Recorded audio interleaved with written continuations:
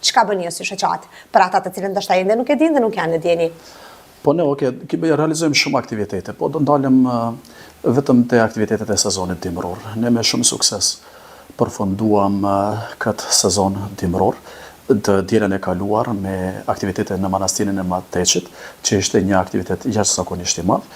Po paraprakisht ne realizuam diku 6 aktivitete, duke përfshirë 3 aktivitete në Kosovë dhe 3 këtu në Republikën e Maqedonisë, gjithsesi 2 në rajonin e Likovës dhe të Kumanovës dhe 1 në Tetov për nder të ditës së pavarësisë së Kosovës. Them edhe pse kishte sfida dhe vështirësi, borë, ngric, acar, kushtet klimatike, por arritëm që t'ja dalim me sukses dhe ti realizojmë në mënyrë të përkryer këto aktivitete.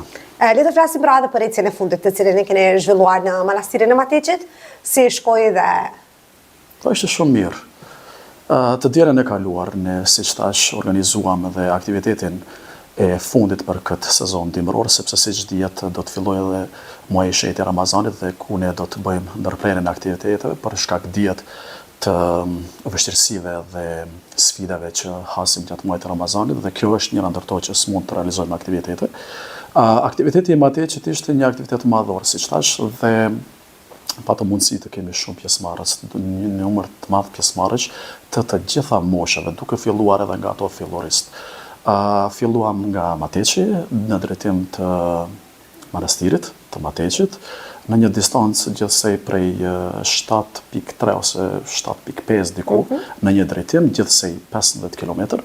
Këtë aktivitet ne realizuam edhe si hike and picnic, ku në të njëjtën kohë patëm mundësinë që të realizojmë edhe një piknik në